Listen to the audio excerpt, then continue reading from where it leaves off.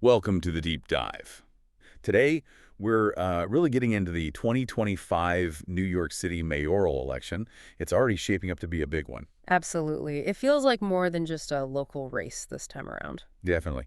We're talking about a potentially pivotal moment for the city. Mhm. Public safety, housing costs, the economy bouncing back, social justice issues. It's all on the table. Right. And the main dynamic we want to explore today is between the incumbent, Mayor Eric Adams, and a really significant progressive challenger, Zoran Mamdani. hmm Our goal here is to, cut through some of the noise. We've looked at a lot of material, and we want to distill the key things you need to know to really understand this crucial election. Give you that shortcut. Sounds good.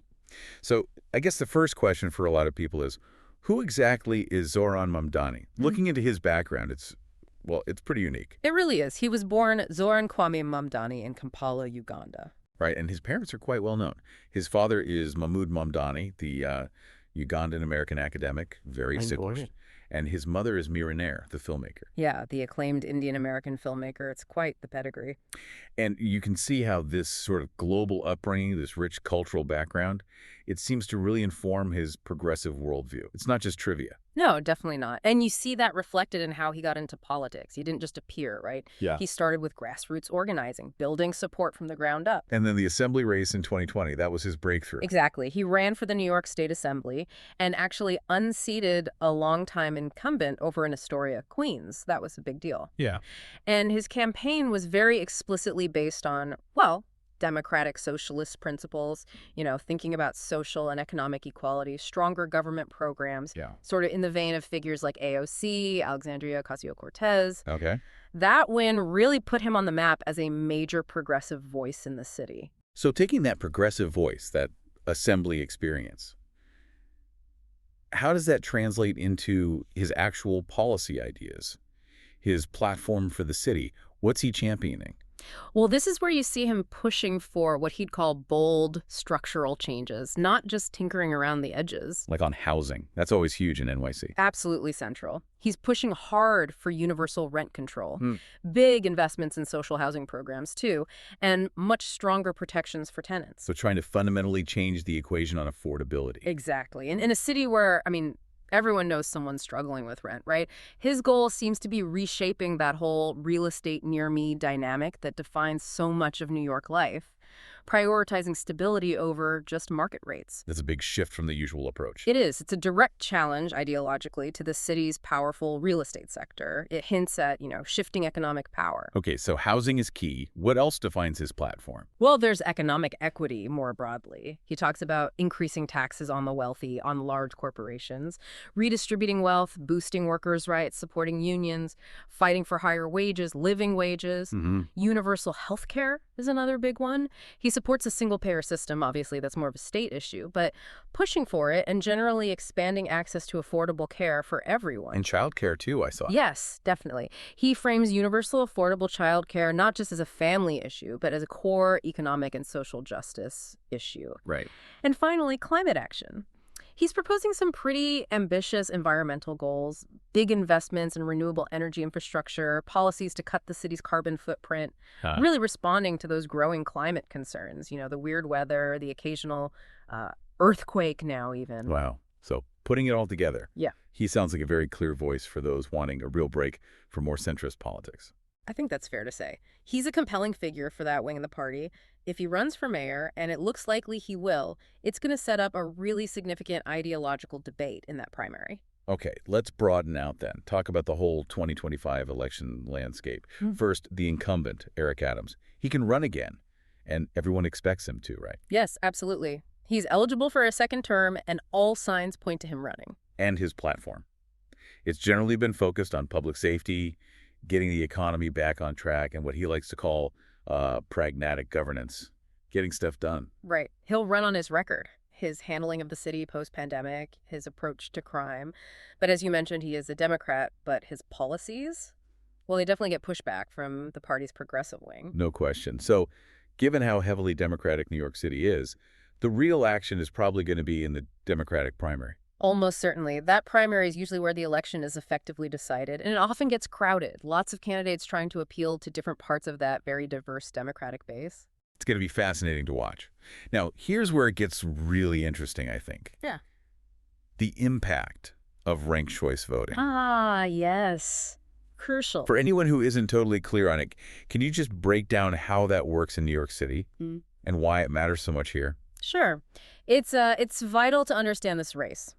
So instead of just picking one person, you rank the candidates. First choice, second choice, third choice, and so on, as many as you want. Okay. Then, if no single candidate gets more than 50% of the first choice votes right off the bat, Which seems likely in a crowded field. very likely, then the candidate with the fewest first choice votes gets eliminated.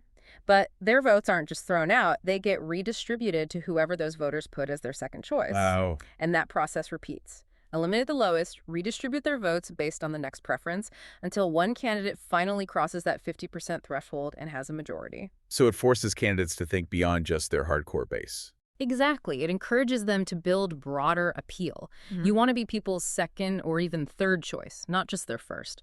For someone like Mamdani, who might have a really passionate base but needs broader support, picking up those second and third place votes from people who maybe initially preferred someone else, that could be his path. It's huge. That completely changes the campaign strategy. Okay, so besides Adams and Mamdani, who else might jump in? We hear names like maybe some borough presidents, city council members. Justin Brandon's name comes up sometimes. Yeah, you'll likely see other established Democrats test the waters, borough presidents, senior council members like Brannon, maybe others. On the Republican side, look, you might see names like Andy Ogles or Charlie Kirk pop up in online searches because they're national figures. Right, but realistically. Realistically, any serious Republican challenger would be a local New York figure, someone focused on, public safety, fiscal issues. But let's be honest, it's a very steep climb for any Republican in a citywide race in New York. Definitely an uphill battle. Okay, before we dig into the issues themselves, let's clear up some noise that's out there, some misconceptions. We see keywords popping up like Cuomo versus Mamdani. Okay, let's unpack this. What's really going on there?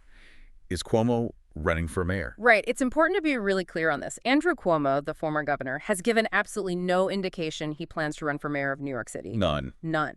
When you see things like Cuomo concedes election or talk about his concession speech, that all refers back to his resignation as governor in August 2021. That was amidst multiple scandals. It has nothing to do with a mayoral race against Mamdani or anyone else.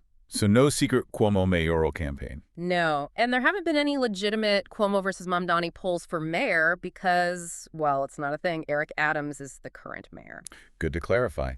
And along those same lines, we sometimes see questions like, did Mamdani win? Or who won New York mayor? As if the election's already done. Yeah, that's just way premature. It's crucial for everyone to remember. Today is June 28th, 2025. The election hasn't happened yet. Right. The Democratic primary is still months away than the general election after that. So any talk about New York mayoral election results 2025 or who won, it's purely speculation right now. The campaigns are really just getting started. Okay. And one last bit of noise clearing.